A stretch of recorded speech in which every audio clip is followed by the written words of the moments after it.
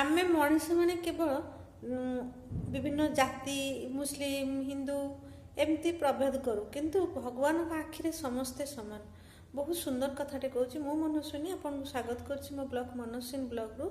ବହୁତ ସୁନ୍ଦର କଥାଟେ ମୁଁ କହୁଛି। ବାଙ୍କି ବିହାରୀଙ୍କ ପାଖରେ ସବୁଦିନ ମାନେ ଯେଉଁ ତାଙ୍କର ବାହାରକୁ ଗୋଟେ କାଲୁ ସିଂ ବୋଲି ଗୋଟିଏ ମୁସଲିମ ଲୋକ ସବୁବେଳେ ରହୁଥିଲା। ଝାଡ଼ୁ ପୋଛା କରେ ସବୁବେଳେ, ସେ ସବୁବେଳେ କରେ, କିନ୍ତୁ ବେଳେବେଳେ ତାଙ୍କୁ ଠାକୁର ଦେଖାଯାଏ, ଯେତେବେଳେ ପର୍ଦ୍ଦା ଟିକେ ହଟିଯାଏ ତାଙ୍କୁ ଦେଖାଯାଏ। ସେ ସବୁଦିନ ଯେତେବେଳେ ଥରେ ଥରେ ଦେଖେ ନା, ତାପରେ ତାର ଆସ୍ତେ ଆସ୍ତେ ମନ ହେଲା ସବୁଦିନ ତାଙ୍କୁ ଦେଖିବାକୁ। ଭଗବାନ ବି ବଡ଼ ମାନେ କପଟିଆ, ଆଉ ତାଙ୍କ ତ କ'ଣ ତାଙ୍କୁ ଜଣା, ସିଏ ଜାଣନ୍ତି। ସେ ସବୁଦିନ ତାକୁ ଦେଖା ଦିଅନ୍ତି, ମାନେ କ'ଣ ଟିକେ ସ୍କ୍ରିନ୍ ଏପଟ ସେପଟ ହେଇଗଲେ ସେ ଅନାଏ। ଏହାପରେ କ'ଣ ହେଇଛି ନା, ଆଉ କାଲୁ ସିଂ ଆଉ ଭଗବାନଙ୍କ ଭିତରେ ଗୋଟେ ବଣ୍ଡେଜ ହେଇଯାଇଛି, ବହୁତ ସୁନ୍ଦର ବନ୍ଧନଟିଏ ହେଇଯାଇଛି। ସେ ସବୁବେଳେ ତାଙ୍କୁ ଚାହିଁ ରହିଲା।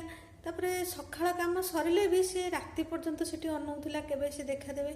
ଏତେ ଘରେ ଯାଇ ପହଞ୍ଚିଲା ବେଳକୁ ଘରେ ଡେରି ହୁଏ, ତା ସ୍ତ୍ରୀ ତାପରେ ରାଗେ କି ତମେ ସବୁବେଳେ ଯାଇକିନା ସକାଳୁ ଯାଇକିରି ଏତେବେଳେ ଯାକେ ଆସୁଛ, ଘରେ ଆଉ କିଛି କାମ ଦାମ ନାହିଁ, କ'ଣ ଯାଇକି ଆମ ଆଲ୍ଲାଙ୍କୁ ଛାଡ଼ିକି ତମେ ଯାଇକିରି ଶ୍ରୀକୃଷ୍ଣଙ୍କୁ ଧରୁଛ, ହିନ୍ଦୁ ଧର୍ମର ଠାକୁରଙ୍କୁ ଧରୁଛ। ଇଏ କାଲୁ ସିଂ କିନ୍ତୁ କିଛି କୁହେନି। ଭିତରେ ଭିତରେ ଠାକୁରଙ୍କ ସହିତ ତାର ବହୁତ ଗଭୀର ପ୍ରେମ ହେଇଯାଇଥିଲା। ପ୍ରତ୍ୟେକ ଦିନ ସେ ନ ଦେଖିଲେ ତାଙ୍କ ମୁଣ୍ଡ ଖରାପ ହେଉଥିଲା। ଯେତେବେଳେ ସ୍ତ୍ରୀ ବହୁତ ଗଣ୍ଡଗୋଳ କଲେ, ତାହେଲେ ସେ କହିଲେ ମୋର ତାହେଲେ ବହୁତ ସମୟ ମୁଁ ଠାକୁରଙ୍କ ପାଖରେ ହିଁ ଦେବି, କାହିଁକି ଆସି ଏଠି ଗଣ୍ଡଗୋଳ କରିବି। ଆସ୍ତେ ଆସ୍ତେ ଏଇ କଥା ଗଣ୍ଡଗୋଳ ହେବାଟା ତାଙ୍କର ଯେଉଁ ସବୁ ଅଛନ୍ତି ସାହି ପଡ଼ିଶା, ତାଙ୍କ ଲୋକମାନେ ସବୁ ଜାଣିଲେ। ସେମାନେ ବି ବିରୋଧ କଲେ, କହିଲେ ନିଜର ଛୁଆ ପିଲା ନାହିଁ, କିଛି ନାହିଁ, ଯାଇ ସେଠି ଓଳାପୋଳା କରିକି ଏତେ ସମୟ ରହୁଛି ଯେ ଘରେ ବି ସ୍ତ୍ରୀକି ସମୟ ଦେଉନି, ତ ଏଠି କେମିତି ଚଳିବ। ଏମାନେ ନିଜ ଠାକୁରଙ୍କୁ ଭୁଲିକି ଯାଇକି ଅନ୍ୟ ହିନ୍ଦୁ ଧର୍ମର ଠାକୁରଙ୍କୁ ଧରିଛି। ତଥାପି କାଲୁ ସିଂ କିଛି କାହାକୁ ଉତ୍ତର ଦିଅନ୍ତିନି, ଖାଲି ହସି ଦିଅନ୍ତି। ତାଙ୍କ ସ୍ତ୍ରୀ ଥରେ କହିଲେ, ଏତେ ଠାକୁର ଠାକୁର ହେଉଛ, ଆଉ ଆମର ତ କିଛି ଛୁଆ ପିଲା ନାହିଁ, ଠାକୁରଙ୍କୁ କହୁନ ଗୋଟେ ଛୁଆ ପିଲା ଦେବେ ଆମକୁ। କାଲୁ ସିଂ ସେଙ୍କୁ କଥାଟି ଟିକେ ବାଧିଲା, କାରଣ ଠାକୁରଙ୍କ ନାଁରେ ଏମିତି କହିଲେ ନା, ଠାକୁରଙ୍କୁ ସେ ବହୁତ ଭଲ ପାଏ। ସେଦିନ ଯାଇ ଯେତେବେଳେ ଓଳାଓଳି କରିସାରିଲା, ଠାକୁର ଯେତେବେଳେ ତାକୁ ଟିକେ ଦେଖାଦେଲେ, ସେତେବେଳେ ସେ କହିଲେ, ପ୍ରଭୁ ମୋର ଗୋଟିଏ ଛୁଆ ଦରକାର, ଆପଣ ମୋତେ ଗୋଟେ ଛୁଆ ଦିଅନ୍ତୁ କହିକି ଆସିଲା। ତାପରେ ଏମିତି କିଛି ଦିନ ବାଦେ ତା ସ୍ତ୍ରୀ ଗର୍ଭବତୀ ହେଲା। ଆଉ ସେ ସେଠୁ ଖୁସି ହେଇଗଲା, ଗର୍ଭବତୀ ଶୁଣି ଖୁସି ହେଇଗଲା, ଠାକୁରଙ୍କୁ ଯାଇ ଧନ୍ୟବାଦ ଜଣାଇଲା, ଯାହା ହଉ ଆପଣଙ୍କ କୃପାରୁ ମୋ ସ୍ତ୍ରୀ ଗର୍ଭବତୀ ହେଇଛି। ତା ସ୍ତ୍ରୀକୁ କହିଲା, ଦେଖିଲୁ ମୁଁ ଠାକୁରଙ୍କୁ ଧରିଥିଲି ବୋଲି ତୋର ଛୁଆ ରହିଲା। ନଡ଼ ସ୍ତ୍ରୀ କହିଲା, ହଉ ଦେଖାଯାଉ। କିନ୍ତୁ ତାଙ୍କ ସମ୍ପ୍ରଦାୟର ଲୋକମାନେ କହିଲେ, ନା ଆଲ୍ଲା ହିଁ ଦେଇଛନ୍ତି। ଇଏ କିନ୍ତୁ କିଛି କହିଲାନି, କାରଣ ସେ ଆଲ୍ଲା ଯାହା ବି ଠାକୁର ସମସ୍ତ ସମାନ, ଖାଲି ଆମେ ତାଙ୍କୁ ପ୍ରକାର ଭେଦ କରିଛେ। କିଛି ଦିନ ପରେ ତାର ପୁଅଟିଏ ହେଲା, ବହୁତ ଖୁସି ଥାଆନ୍ତି। ଆଉ କାଲୁ ସିଂଙ୍କ ସ୍ତ୍ରୀ ଆଉ କାଲୁ ସିଂଙ୍କ ଉପରେ ରାଗୁନଥିଲା। କାଲୁ ସିଂ ବହୁତ ସମୟ ଠାକୁରଙ୍କ ପାଖରେ ଦେଉଥିଲା, ମଦନ ମୋହନକୁ ଦେଖୁଥିଲା, ସମସ୍ତଙ୍କୁ ଦେଖୁଥିଲା। ସିଏ ତ ମୋହନ, ସମସ୍ତଙ୍କୁ ମୋହନ କରିଦେବେ, ତେଣୁ ସମସ୍ତଙ୍କ ମନକୁ ମୋହନ କରୁଥିବା ଠାକୁର ହିଁ ମଦନ ମୋହନ। ଆ ଭିତରେ କ'ଣ ହେଇଛି, ପୁଅକୁ 6 ବର୍ଷ ହେଇଯାଇଛି। ପୁଅ ଯାଇ ସାଙ୍ଗମାନଙ୍କ ସହିତ ଖେଳିଲା ବେଳେ ତାକୁ ସର୍ପଦଂଶନ ହେଇଛି। ସେ ସେଇଠି ପଡ଼ିଯାଇଛି, ସମସ୍ତେ ଦୌଡ଼ା ଦୌଡ଼ି ହେଇ ଡାକିଛନ୍ତି ଆସି କାଲୁ ସିଂର ସ୍ତ୍ରୀକି। ସେ ଦୌଡ଼ିକି ଯାଇଛି, ଯାଇକିରି ଡାକିଛି ବୈଦକୁ। ବୈଦ ଦେଖି କହିଛନ୍ତି, ନା ଇଏ ନୀଳ ପଡ଼ିଗଲାଣି, ଆଉ ବଞ୍ଚିନି। କାଲୁ ସିଂ ପାଖକୁ ଖବର ଦିଆଗଲା, କାଲୁ ସିଂ ଦୌଡ଼ିକି ଆସିଲା। ତାପରେ ସେ କିଛି ନ କହିକି ସିଧା ଟେକିକି ନେଇଗଲା ଠାକୁରଙ୍କ ପାଖକୁ। ତା ପଛେ ପଛେ ତା ସ୍ତ୍ରୀ ଦୌଡ଼ିଛି, କହିଲା ତମ ଠାକୁର ଠାକୁର କହୁଥିଲ, ତାହେଲେ ଠାକୁରଙ୍କୁ କହୁନ ବଞ୍ଚେଇ ଦେବେ। କି ବହୁତ ଜୋର କାନ୍ଦିଲେ ଯାଇ କାଲୁ ସିଂ, କହିଲା ପ୍ରଭୁ ତମେ ଦେଇଥିଲ, ଆଉ ତମେ ଯଦି ଆଜି ନ ବଞ୍ଚେଇବ, ତାହେଲେ ତମକୁ ଅପମାନ ଯେ କରିବ, ମୋତେ ବି ବହୁତ ଅପମାନ ଲାଗିବ। ମୁଁ ଏତେ ଦୁଃଖିତ ଯଦି ତମକୁ କେହି ବି ଯଦି ଖରାପ କରି କୁହେ। କିଛି ସମୟ ବାଦେ ପୁଅଟି ହଲଚଲ ହେଲା, ଆଉ ନିଦରୁ ଯେମିତି ଉଠେ ସେମିତି ଉଠିଲା। ଇଏ ନେଇକିନା ଠାକୁରଙ୍କ ଚୌଖଟରେ ଶୁଆଇ ଦେଇଥିଲେ। ଇଏ ମୁସଲିମ ଲୋକ ନା, ଆଙ୍କୁ ଭିତରକୁ ଯିବାକୁ ଅନୁମତି ନଥିଲା। କାଲୁ ସିଂ ବି କେବେ ଭିତରକୁ ଯାଇନଥାଏ, ସେଇ ଦ୍ୱାର ମୁହଁରେ ଏପଟ ସେପଟ ହେଉଥାଏ। ସେ ପୁଅକୁ ନେଇ ଶୁଆଇ ଦେଲେ। କିଛି ସମୟ ବାଦେ ପୁଅ ପୁଣି ଉଠି ବସିଲା।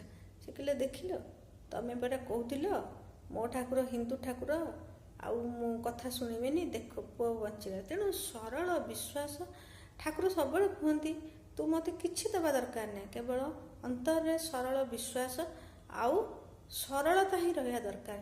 ବିଶ୍ୱାସ ସହିତ ସରଳତା। ତୁ ଗୋଟିଏ ପାଦ ତୁ ମୋ ପାଖକୁ ଆସିବୁ ନା, ମୁଁ ତୋ ପାଖକୁ 5 ପାଦ ଦେବି। ସବୁବେଳେ ଭକ୍ତ ଭଗବାନଙ୍କୁ ଭଲ ପାଏ, ଯେବେ ଭଗବାନ ହିଁ ଭକ୍ତକୁ ଭଲ ପାଆନ୍ତି। କାଲୁ ସିଂ ପ୍ରକୃତରେ ଭଗବାନ ଭଲ ପାଉଥିଲେ, ସେ ସବୁ ସମୟ ତା ପାଖରେ ଛିଡ଼ା ହେଇଥିଲେ।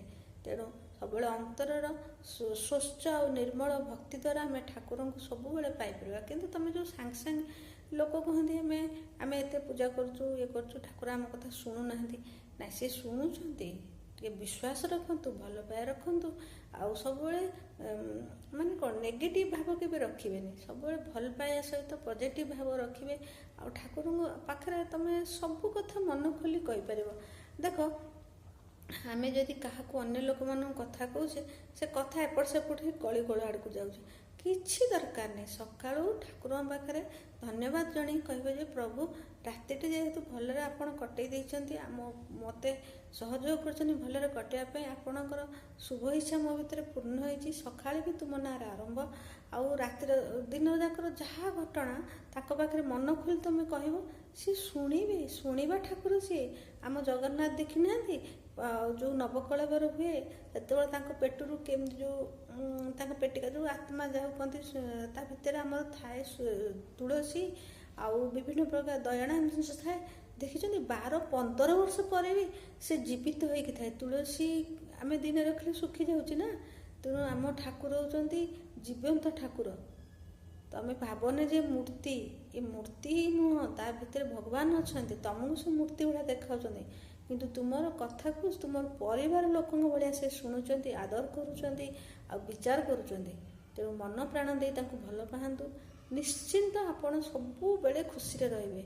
ଯଦି ଆପଣମାନଙ୍କୁ ମୋ କଥାଟି ଭଲ ଲାଗୁଥିବ ତାହେଲେ ୟୁଟ୍ୟୁବରେ ଯଦି ଦେଖୁଛନ୍ତି ତାହେଲେ ଲାଇକ୍ ସେୟାର କରିଦେବେ, ଆଉ ନୂଆ କରି ଯଦି ଦେଖୁଥିବେ ସବସ୍କ୍ରାଇବ୍ କରିଦେବେ, ଆଉ ଫେସବୁକରେ ଫଲୋ ତ ନିଶ୍ଚିନ୍ତ କରିବେ। ମୁଁ ଆପଣମାନଙ୍କୁ ଆହୁରି ସୁନ୍ଦର ସୁନ୍ଦର କଥା ଶୁଣେଇବି। କଥା ନୁହେଁ, ସତ କଥା। ଆପଣମାନେ ତାକୁ ଶୁଣନ୍ତୁ। ଆଜିକାଲି ଦୁନିଆ ଯେଉଁ ହେଲାଣି, ଆମେ ସବୁବେଳେ ହରିଚିନ୍ତନ କଲେ ବହୁତ ଆଗକୁ ଯାଇପାରିବା। ରହୁଛି, ଜୟ ଜଗନ୍ନାଥ।